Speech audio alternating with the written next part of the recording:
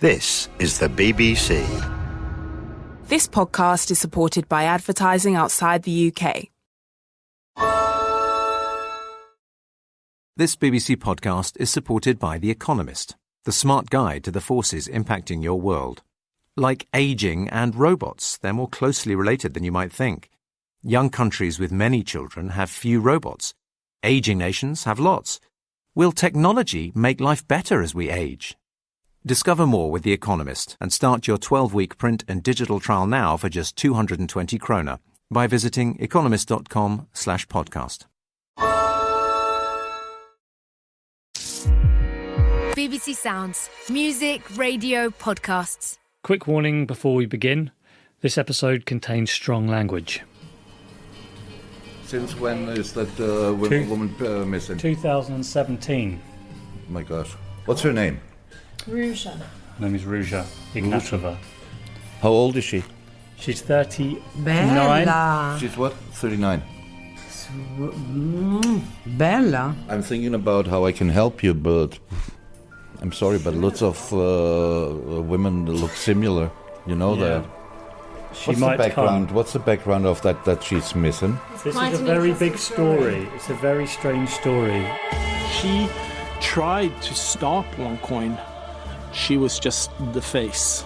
Get on the ground, get on the docks, get on the ports and talk to the lower level. Don't talk to people that she's probably paid off. Talk to the workers there. Talk to the people who might have seen her in the cafes. I think she's definitely in hiding.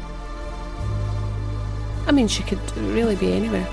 There are a lot of theories. From what I've heard, she must have made a deal with somebody. I said, how sure are you that she can identify? He said, 100% mate.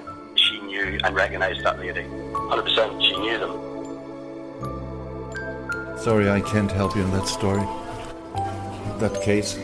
I'm sorry. What sort of area is this? There are lots of people having lots of money. That's no secret.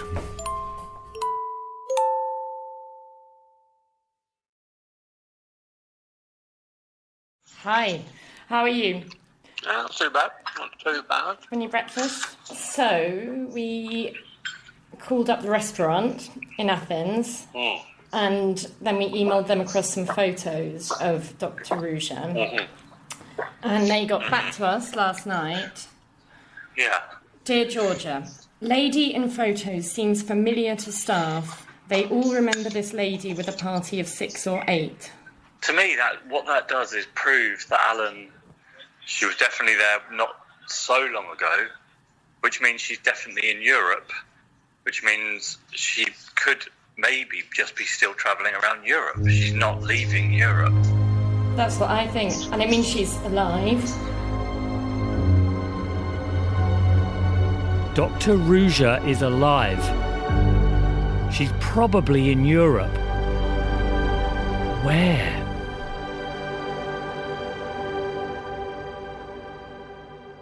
Episode 7. In Plain Sight. We need to talk about money. Billions have been invested into OneCoin, but no one knows where they are. And there's a famous saying in journalism, follow the money. Maybe it will lead us to Dr. Ruja.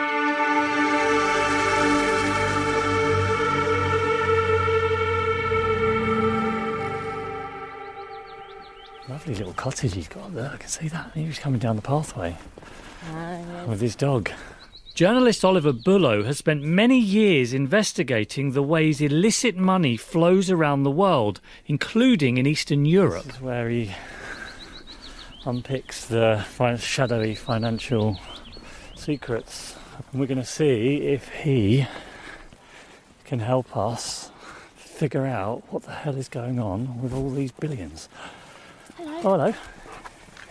Hey, Georgia, hey. Tilly, come on.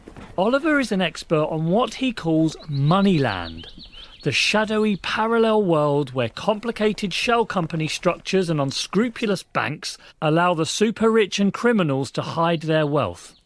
A place where money seems to disappear. The US authorities estimate that 4 billion euros has been put into this. People are still being recruited into it, but the money has vanished. No one can get their money back and no one knows where the money is.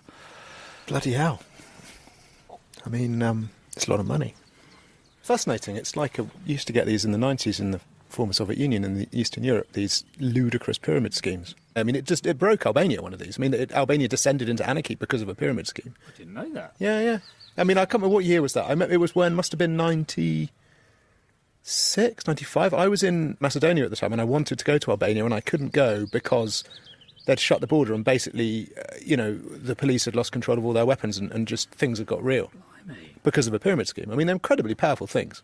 I think there's often a window in which a population who are used to trusting things, so used to trusting, say, financial institutions, immediately exposed to a new range of financial products, and there is a window in which they're vulnerable to those products. And I think you saw that, one of the reasons you saw it in a big way in Eastern Europe in the 90s is because people had been essentially restricted to a single state savings bank.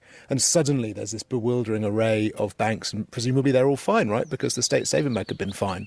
And they're offering these crazy returns. And it takes people like a period of time, 10 years, to say, actually, you know what, this is a con job.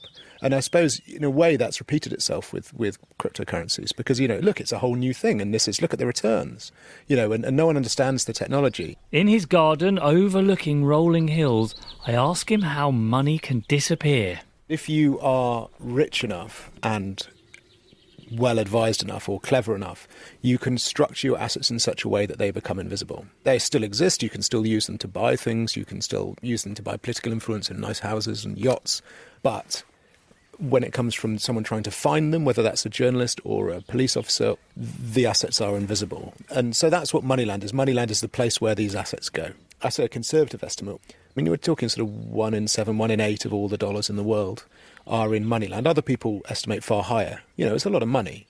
So how do you make money disappear? I mean, there is an old way of doing it, which is you dig a hole in the ground and put them in the hole in the ground and then fill it up. And it worked very well. It was a very good way of making your assets disappear, but it had the downside, which is they were stuck in a hole in the ground. The good thing about Moneyland is it means you can make them disappear while also enjoying them and spending them. Because if you're sufficiently wealthy, then all the rules go out the window anyway. Banks are prepared to take risks on your behalf. There are investigations into banks, significant banks, in which people have emailed, well, listen, I think this client is worth the risk of taking it on. And once your name is removed from the ownership of assets, then essentially those assets have disappeared. They have vanished. They're gone. They're in Moneyland. I can't work out how you can get away with it, I suppose. Well, it's because it's in so many interests that you do get away with it. If you have a lawyer who is looking after the company on your behalf, that lawyer will be the person who will disperse the money to you. And they won't want to tell anyone because you're a good client. It's all about incentives. It's not in anyone's incentives to blow the whistle on this whole thing. Occasionally whistleblowers do come along. They tend to be mad. I mean, genuinely mad. Brave, wonderful, glorious people, but bonkers. Because this is an incredibly lucrative world to be involved in, and these people are very dangerous people. So if you do blow the whistle on it, you might get killed. Ooh, better go inside. Well, you can tell the rain's coming. It changed fast. It was lovely a second ago.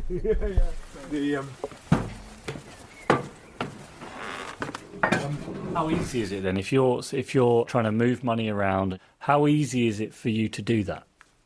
Well, ludicrously easy. I mean, in a very basic way, if you create a British company, that costs you £13. You can do it online. It takes you about 10 to 20 minutes. You have to give no proof of identity at all when you create it. You've got a British company. Then you use that company to open a bank account. And then once it's there, you can move it around. And if the bank account is owned by a Bahamian company, which is controlled by a Marshall Islands trust, levels of sort of sophistication, which, I mean, no one could cut through. Really no one. Ruja and OneCoin's corporate structure is incredibly complicated. For example, Ruja's big house, that's the one we saw in Sofia, was owned by a company called One Property. One Property was owned by another company called Rizq Limited. Rizq Limited was owned by Ruja, but was then transferred to some unnamed Panamanians. But it was still managed by another company called Paragon, and Paragon was owned by another company called Artifix, which was owned by Ruja's mother, Veska. You still with me? And then in 2017, the ownership of Artifix was sold to an unknown man in his 20s. This is improbably standard. There was a company that was given the monopoly on gas trade between Russia and Ukraine, which is literally a license to print billions of dollars, and that was controlled by a pensioner in Transylvania. So yes, your 28-year-old doesn't surprise me at all. He will have signed a document saying, essentially, I resign. So if they try and were they to be unwise enough to court death and say, I'm going to head off and keep this company, then you just fill in the letter of resignation and they're no longer the director and haven't been since last year. He has no autonomy. He is literally a cutout, that's it. For several months, a French journalist called Maxime Grambert tried to unpick the corporate workings of OneCoin, and he collected as many company names and bank account details for OneCoin One Life as he could. He shared that information with us, and we've brought it to show Oliver. Well, it's good to see so many British ones. Why have we got so many British companies here? British companies are the companies of choice. They're very easy to set up. They look legitimate. So this, for example, the top one. If we look up on Companies House, hang on.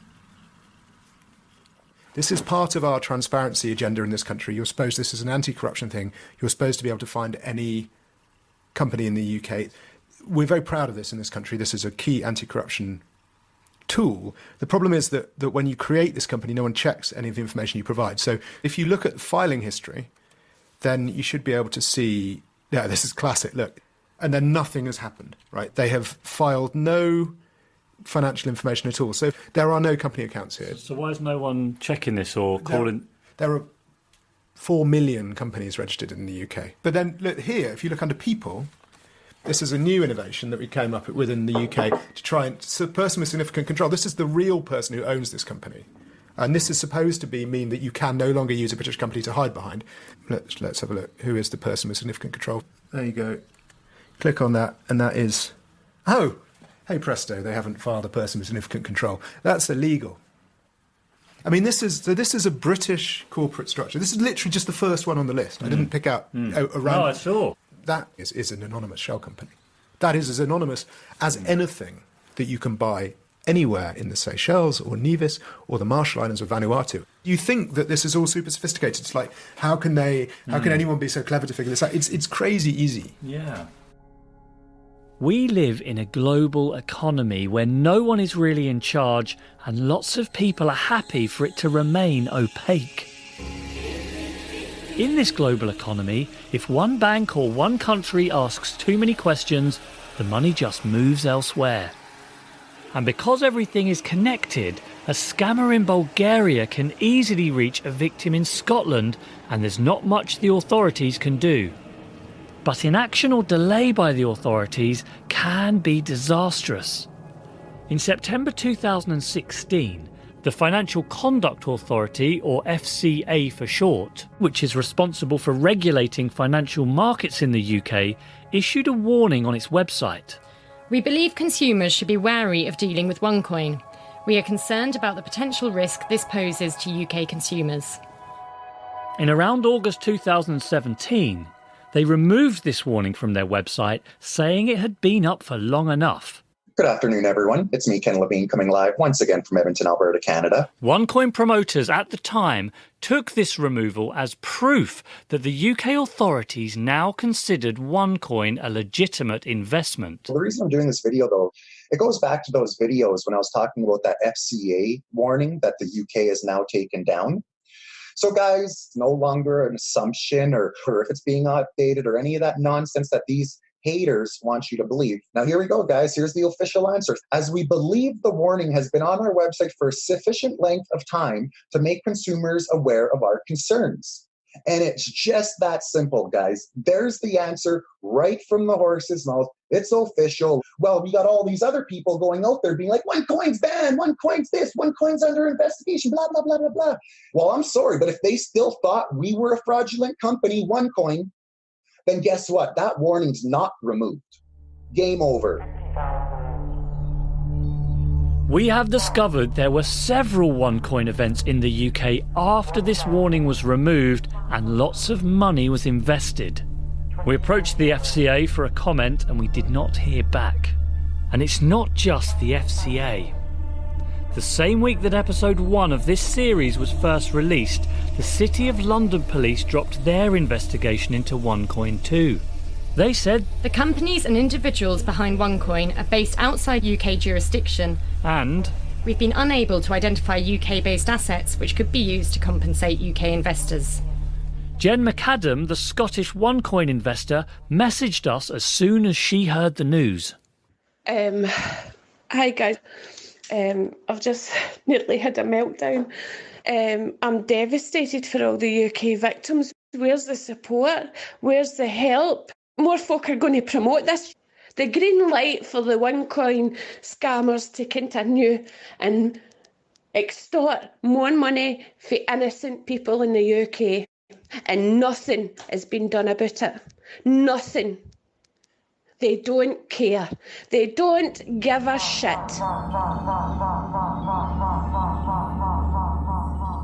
We approached the City of London police for comment and they said, the City of London police has concluded its investigation into suspects linked to OneCoin.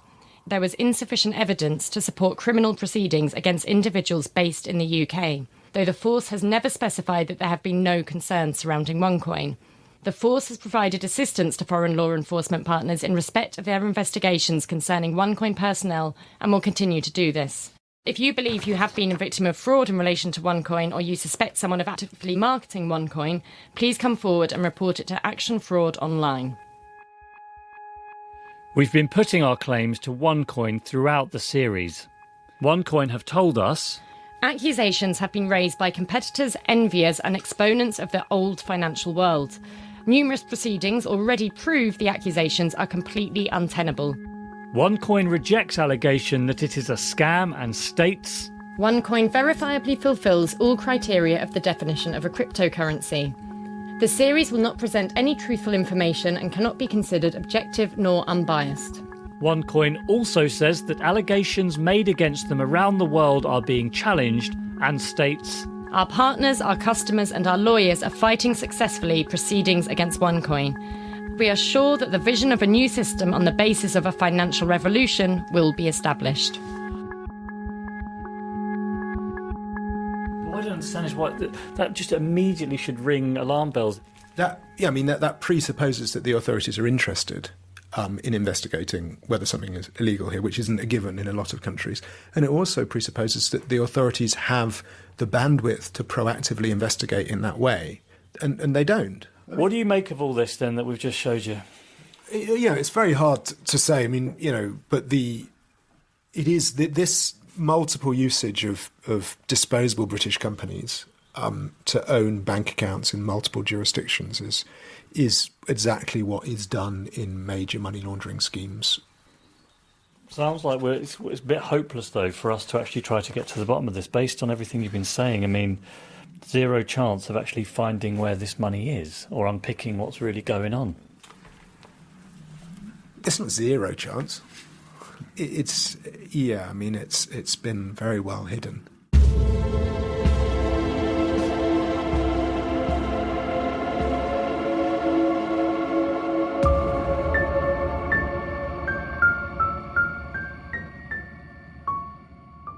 The old journalistic saying doesn't work with OneCoin. Following the money won't lead us to Dr. Ruja. We're just chasing shadows and cardboard cutouts.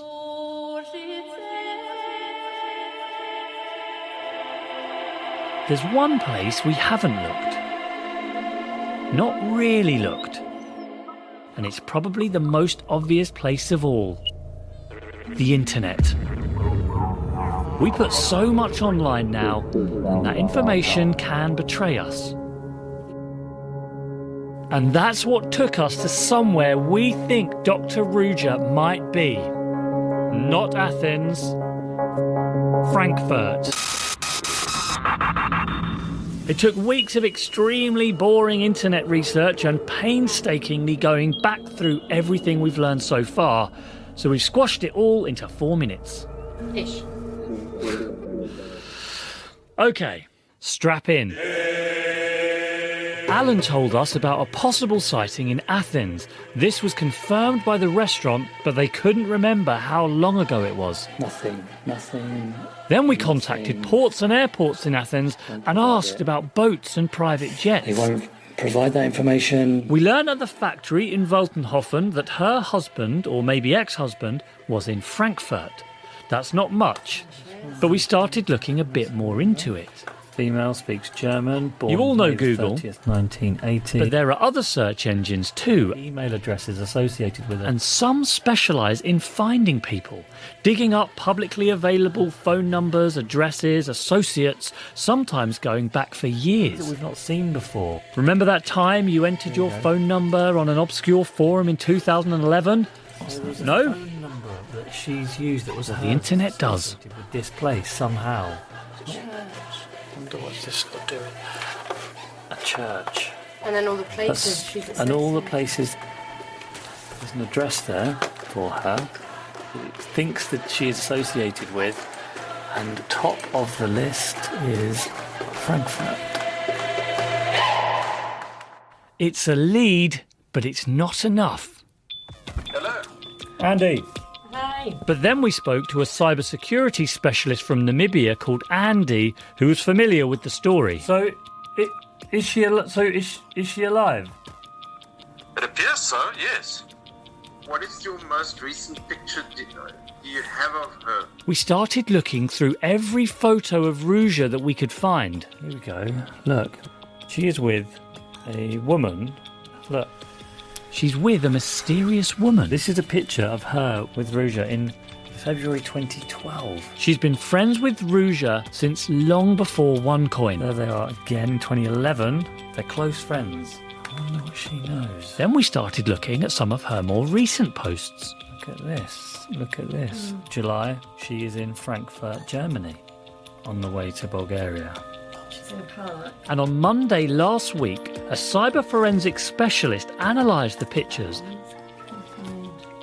That poster there? That's it. Anyway, so from that tiny little bit, a few pixels, Yeah. he got the name of some tennis tournament, which only happens in one park in Frankfurt.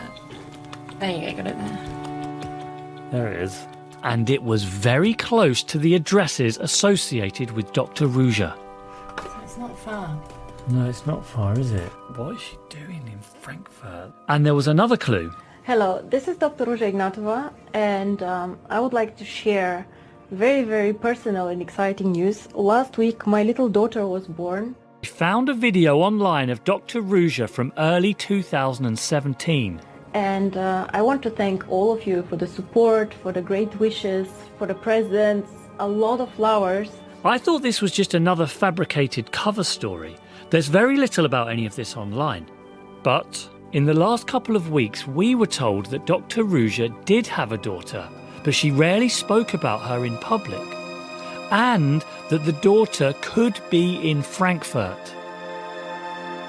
She absolutely loved that daughter. Gary used to work with Ruja around the time her daughter was born. Can you imagine her being separated from her daughter then? No, I think she would have been absolutely heartbroken. Do you think that if Ruja is alive, she would try to be near to where her daughter is, or she'd try to see her daughter?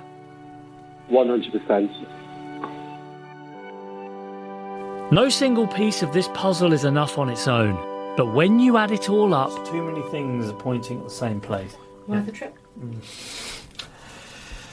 think it's just about worth a trip, yeah. Just keep your eyes open, keep your eyes open. Armed with photos of Dr. Ruja, we take a last-minute flight to Frankfurt and drive out to a couple of places in a sleepy suburb that were associated with Ruja in our internet searches. There's not actually much to say about this place, is there? Well, it's a little bit empty, isn't it? Have you seen this woman before? No. Is this the same? No? No. Never. This Never. woman? No. Have you ever seen her? No. Sorry. No. An email address somehow associated with Dr. Ruja was connected to an old church here. There's no way she's going to hear that knock. Finally, the organist comes out. She didn't want to be recorded, but she'd never heard of Dr. Ruja. I don't know why this town with this church came up as a place that's related to Ruja, but it doesn't feel like the right sort of place. We drive to another address where she used to live, but the neighbours don't recognise her. We think that Dr. Ruja's friend visited a nearby park in a plush suburb of Frankfurt called Bad Homburg, so we head there. Well, it's really upmarket, and this is where our forensic security person managed to pinpoint exactly where Ruja's friend was visiting Frankfurt. She was right here, because this is what the background was, a tennis club.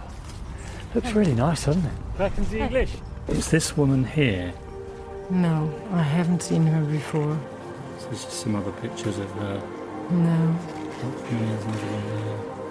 But she's not a member here. No. It's going to be tough. This is going to be hard work. No. Never seen her before? No. There's 2 more restaurants. So can I see? Yes, of the course. picture? No, but this one is. This one is. Just a moment. Flavio, kannst du diese Frau? Nee, wieso? Nein, kenne ich nicht. Nein. Die kenne ich nicht. Die kenne ich nicht. Nein, kenne ich nicht. No. Sorry. They look like Ruja's kind of places, but after a day of fruitless searching, we get back to our hotel with really nothing at all to show for it. We phone up Dr. Ruja's husband or ex-husband Bjorn, and he doesn't want to talk to us. I think even though we knew it was a long shot, we thought we might find a trace. Yeah. But I also feel now we're up against this world that is a bit bigger than me and you sitting in a hotel room trying to locate. It's so difficult. You see these things online, piece these clues together, and then when you get there, you realise that there's so many people. And I know it sounds obvious, but it's just you suddenly realise you're looking for a needle in a haystack. Here's the problem with the internet as well. I think you decide that you found the answer, and you think it's Frankfurt. And then suddenly it's very easy with the internet to find 10 reasons why it's Frankfurt and convince yourself that that is the answer. Do you think we were close?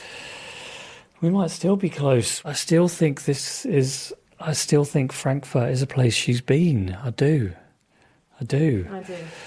I'm really deflated.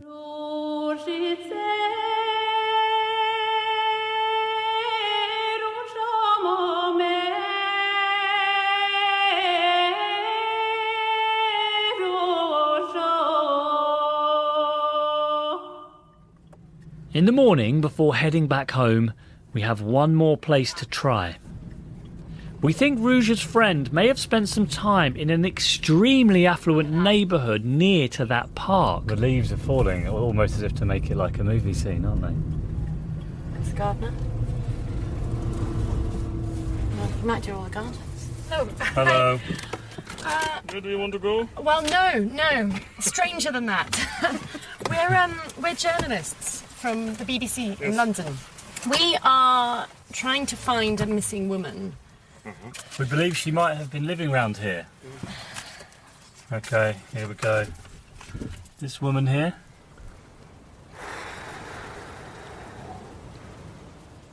Könnte sein, dass it could be happen, but I'm not sure. The biggest houses round here, are they? The biggest houses are on the left side. Thank you very much. Cheers. Oh, I thought. He was really pausing, thinking. Here we go. You could see her here, couldn't you? Oh, around here, yeah, definitely. It's a postman. Oh. Hello. Are you a postman? I'm a postman, yeah. We are looking for someone. We have photos. Maybe we could show you the photos to see if you just recognise the face. Yeah, the problem is that when I'm in here in this territory, I see not so many people because the people are here somehow, how should I say? Here are the more richer people. Yeah. And so you don't get so much in contact. This was one of the most expensive parts of the whole of Germany. Exactly. Yeah. We could show you in case anyway. Just okay. You recognise her? No. At the moment I'm not sure about it, no. Sometimes I deliver posts where the name is not on the mailbox. And so I guess sometimes that people are living somewhere, just somehow hidden, I don't know. Her name, in case you've had a letter, is Ruja Ignatova. Say it again. Ruja Ignatova. Ignatov. Yeah. Ignatov. This is, something. The name Ignatov, that's something that I remember somehow. Sometimes you read a name and you think, okay, I remember this somehow, yeah. I have, when I was in the area, after 2 or 3 months, I knew the people by name. It's not so difficult. I knew all my customers by name, so it's somehow a kind of hobby, yeah. Ignatov, something I feel I heard it sometime. No, I mean she. You can write it me down. Yeah. And I can look if we have some posts about. Yeah, I'll write it down. So this is her, Ruja Ignatova, yeah. This is her. This is something. We must look, but I have not in the moment. I have not. Please and let us know. Thank you. Goodbye. Bye.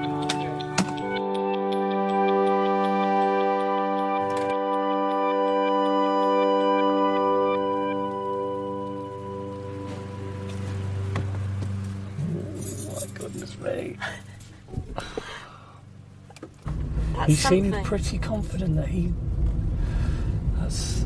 that's something, isn't it? That is something. It's something, it's not much, but it's something. It's not much, but it's something. We send the postman some information and ask him to email us back in the next few days if he hears anything at all.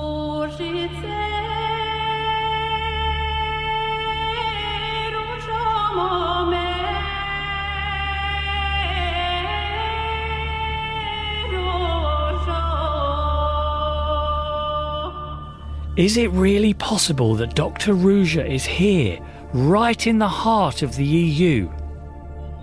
I don't know. But if Ruja is travelling around Europe, I still think Frankfurt is as good a bet as anywhere. But I wonder whether, ever since the arrest of her brother Konstantin in March 2019 and the US charges against her being made public, Ruja has gone even deeper underground. And there is one place that she might have been able to do that even more easily than Frankfurt. We'll come back to that next week. For some people, it doesn't matter where she is. Because OneCoin is bigger than Dr. Ruja.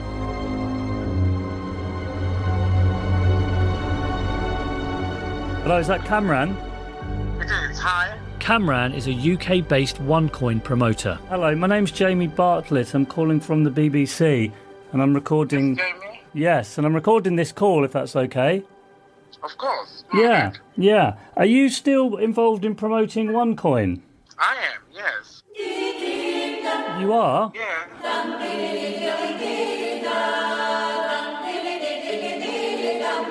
So do you think, though, that if you're still selling it and there's all these allegations, do you think maybe it's a good idea to stop? Jamie, and it's all been recorded, which is great, because I'm also complaining about BBC. Oh. And I'll be taking this further as well. Okay. Now, you tell me, when you actually started investigating about OneCoin, did you not ever thought that let me find out what's happening about the investigation in the UK?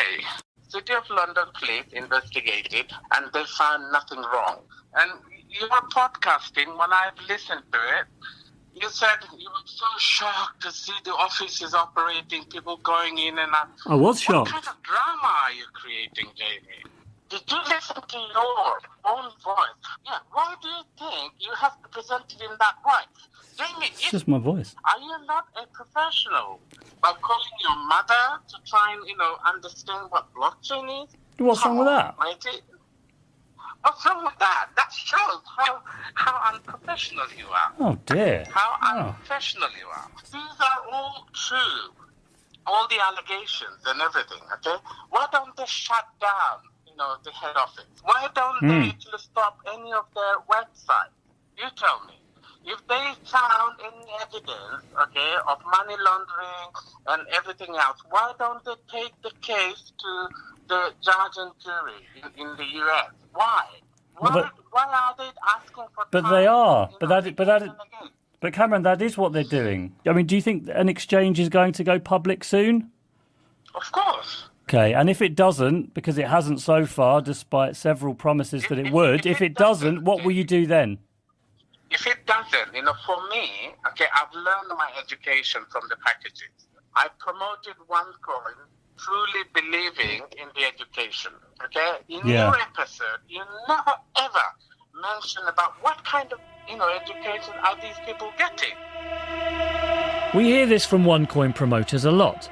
They claim to be selling education packages and the coins come free. We've not brought this up so far because no investor we spoke to ever mentioned education packages. We managed to get hold of these packages, which are essentially 7 PDF documents that cost tens of thousands of dollars, and found significant chunks of them are plagiarized. So why don't you actually just look into one of these I have. levels? I have. You have. I've seen all. And how I've much seen have them. you learned? How much have you learned? Not very much that I couldn't learn that wasn't already publicly available, and I don't believe people would pay 118,000 euros for 6 or 7 plagiarised PDF documents. Do you? So what do you think you have to... Are you going to answer that question? No, I'm actually answering the question. I think I've learned quite a lot Okay. from the education, and I know what I've learned, and I've got my certificates as well. Did you know that Dr. Ruja has the conviction for fraud? So far, there hasn't been anybody with a doctorate behind them who's committing fraud like this.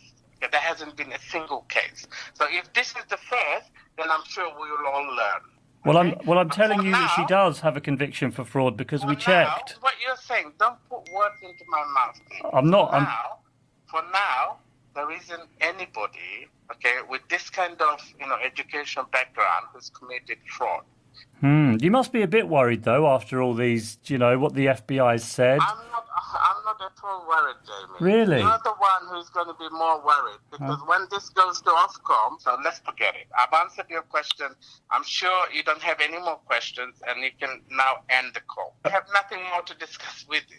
Cameron, I appreciate that you spoke to me, okay? I appreciate that. Thank you very much, Jamie. Thank you I for hope answering. We'll all be professionals, okay? Okay, goodbye. What a strange phone call. If in the UK, with its well-resourced police force and free press, people are still openly promoting OneCoin, then what is happening right now in countries which don't enjoy the same advantages? Dr. Ruja's vision has travelled far further and far deeper than we thought possible.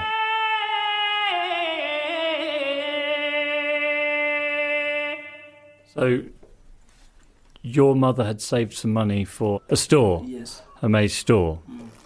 And you and your father discussed it and thought you could spend the money... in OneCoin, not maze store.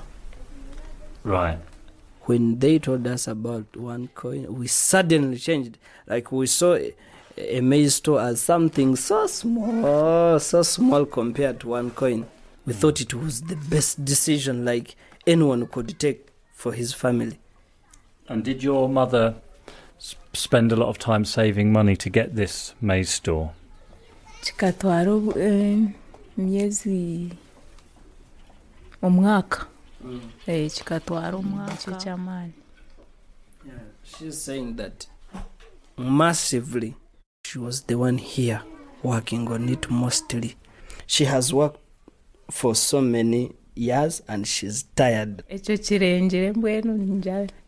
Yeah, she says that it's too much, like the pain is extreme due to working hard. Does your mother have a computer or a smartphone, anything like that? No. So did your mother was not able to look into this any further? Yes, she was just just supported because of what we told her. So she couldn't go and research this herself? She couldn't look into any of this? No. Yeah, but what I remember, she came on OneCoin offices for a lecture. Oh, your mum came to a lecture? Yes, but the lectures were in English. So since she doesn't know much English, she was not understanding anything. But the only thing she saw, it were responsible people who looked money, people who looked to be educated. When she saw you, she thought that maybe things are now becoming real. Becoming real? Like the money is coming. Why did she think that? If you have your money and it's taken away from you, she still has hope. So you guys, you've come here. Have you come with the information about it? Please, she's requesting if you have information that's not going to work. This is your mother. What am I supposed to say? That's next week, in the final episode of The Missing Crypto Queen. The Missing Crypto Queen is presented by me, Jamie Bartlett. It's written and researched by me, Jamie Bartlett, and Georgia Catt, and Georgia Catt is the producer. Philip Sellers is the editor. And the music is by the London Bulgarian Choir and Desislava Stefanova and Phil Channel. It is a BBC Radio Documentaries production for BBC Sounds. To round out episode 7, I thought I'd read you a short extract from the OneCoin Educational Package Level 2. And I'll read page 178 from Personal Finance for Dummies by Eric Dyson. Sounds interesting. Doesn't it? Companies differ in what industry or line of business they're in, and also in size. In the financial press, you often hear companies referred to by their market capitalisation.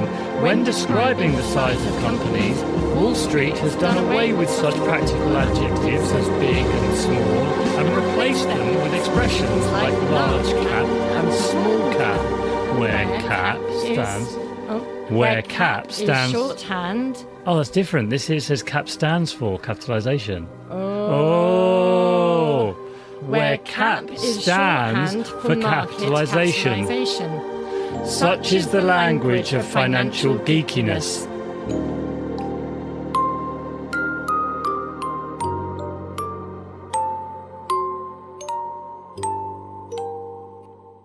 Just before I go, I want to tell you about another BBC podcast called 13 Minutes to the Moon from our colleagues at the BBC World Service. It's all about the first moon landing 50 years ago. We all think we know that story, Neil Armstrong, Buzz Aldrin, Michael Collins, but it almost didn't happen. In the final 13 minutes of the descent to the moon, everything was going wrong. Communication went down and fuel was running out. 13 Minutes to the Moon tells that remarkable story, and hears from the men and women whose work, both in those crucial final moments and in the years beforehand, ensured that the landing was a success. It's quite a story. The music is by Hans Zimmer, who has written the scores for Gladiator, The Lion King, Interstellar and many other movies. Search for 13 Minutes to the Moon wherever you find your podcasts.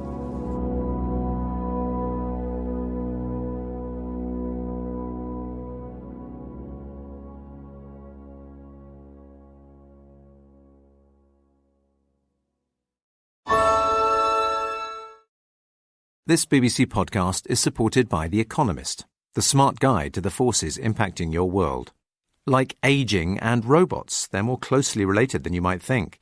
Young countries with many children have few robots. Aging nations have lots. Will technology make life better as we age? Discover more with The Economist and start your 12-week print and digital trial now for just 220 krona by visiting economist.com/podcast.